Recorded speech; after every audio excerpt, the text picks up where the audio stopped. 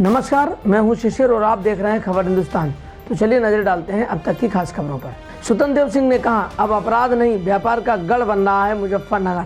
भाजपा के प्रदेश अध्यक्ष स्वतंत्र देव सिंह ने मुजफ्फरनगर के खतौली, मीरापुर और सदर विधानसभा क्षेत्र की वोटर्स के साथ बैठक की, घर घर जाकर जनसंपर्क किया। इस दौरान उन्होंने कहा कि मोदी और योगी सरकार में मुजफ्फरनगर अपराध का नहीं बल्कि व्यापार का गढ़ बन रहा है। अमित शाह बोले, यूपी का चुनाव देश के भाग्य का निर्णय करने वाला चुनाव। केंद्रीय गृह मंत्री अमित शाह मथुरा में प्रभावी मतदाता संवाद कार्यक्रम में मथुरा पहुंचे। मथुरा में केंद्रीय गृह मंत्री अमित शाह ने कहा कि इस बार उत्तर प्रदेश में चुनाव को विधायक के चुनाव की तरह मत समझिए। उत्तर प्रदेश का चुनाव भारत के भाग्य का निर्णय करने वाला चुनाव है। इस अवसर पर केंद्रीय मंत्री अर्जुन राम मेघवाल भी मौजूद रहे। राहुल गांधी ने अमृतसर में टेका माथा। कांग्रेस नेता राहुल गांधी आज गुरुवार को अमृतसर पहुंच गए हैं। अमृतसर के स्वर्ण मंदिर में राहुल गांधी ने माथा टेका है। उनके साथ मुख्यमंत्री चरणजीत सिंह चन्नी और पार्टी के प्रदेश अध्यक्ष नवजोत सिंह सिद्धू भी शामिल थे। स्वास्थ्य मंत्री बोले, दिल्ली में नियंत्रण में स्थिति। देश में कोरोना और ओमिक्रॉन के मामले अभी भी भयावह स्थिति में है। हालांकि पिछले 2 दिन से कोरोना केस की संख्या में थोड़ी गिरावट आ रही है। दिल्ली के स्वास्थ्य मंत्री सत्येंद्र जैन ने आज गुरुवार को कहा कि राजधानी में कोविड की स्थिति नियंत्रण में है। आज दिल्ली में 5000 से कम मामले सामने आएंगे और सकारात्मकता दर भी मौजूदा 10 से कम होगी। हॉकी के महान खिलाड़ी चरणजीत सिंह का निधन। भारत के पूर्व हॉकी कप्तान और दिग्गज खिलाड़ी चरणजीत सिंह का गुरुवार को निधन हो गया। चरणजीत सिंह 92 साल के थे और बीमारी के कारण उनका निधन हो गया। इस महान खिलाड़ी ने हिमाचल के ऊना में आखिरी सांस ली। उन्हें अर्जुन अवार्ड के अलावा पद्मश्री से भी सम्मानित किया गया था। चरणजीत सिंह ने अपनी कप्तानी में 1964 के टोक्यो ओलंपिक में भारत को गोल्ड मेडल दिलाया था। चरणजीत सिंह भारतीय हॉकी के सुनहरे युग का हिस्सा थे और वह हमेशा यादों में रहेंगे।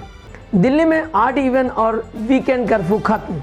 राजधानी दिल्ली को कोरोना पाबंदियों से कई राहत मिली है। दिल्ली में लगा 8 इवेंट नियम हटा दिया गया है। साथ ही में वीकेंड कर्फ्यू भी खत्म कर दिया गया है। हालांकि नाइट कर्फ्यू जारी रहेगा। 50% क्षमता के साथ सिनेमा हॉल खुलेंगे तो शादी समारोह में भी 200 लोग शामिल होंगे। जयंत चौधरी ने भाजपा पर साधा निशाना। अमित शाह ने बैठक में कहा कि राष्ट्रीय लोकदल के नेता जयंत चौधरी गलत घर पर चले गए हैं, जिस पर जयंत चौधरी ने भाजपा पर निशाना साधते हुए कहा कि हर चुनाव से पहले भाजपा इस तरह की बैठक करती रहती है, लेकिन उससे मिलता क्या है। मैं कोई चवन्नी नहीं हूँ जो पलट जाऊँगा। ये कोई हल्की बात नहीं है। हम हल्के लोग नहीं हैं। हमने ईमानदारी से लड़ाई लड़ी है। जब तक उसे मुकाम तक नहीं पहुंचाएंगे, हम रास्ते नहीं बदलेंगे। बसपा ने घोषित किए 6 और प्रत्याशी, कुछ टिकटों में किया संशोधन। बसपा की राष्ट्रीय अध्यक्ष मायावती ने गुरुवार को विधानसभा चुनाव के लिए 6 और प्रत्याशियों की घोषणा की है। इस लिस्ट में पहले से घोषित कुछ उम्मीदवारों के टिकट में परिवर्तन किया गया है। इससे पहले उन्होंने 51 प्रत्याशियों की घोषणा की थी।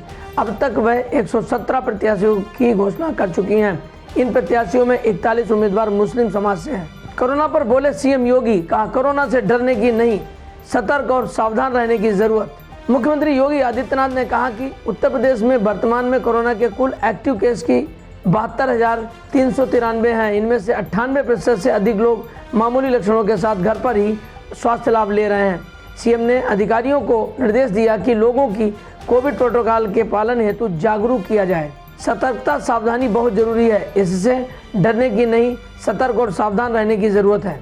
सीएम योगी ने की सपा व भाजपा के कार्यों की तुलना। बोले, वे गुंडा राज लाए थे, हम कानून का राज लाए हैं।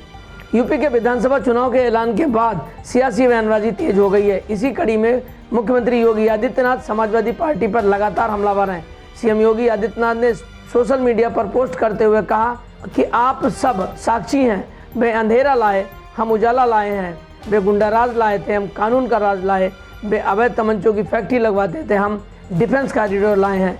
वे हज हाउस लाए थे, हम रामलला का मंदिर लाए हैं।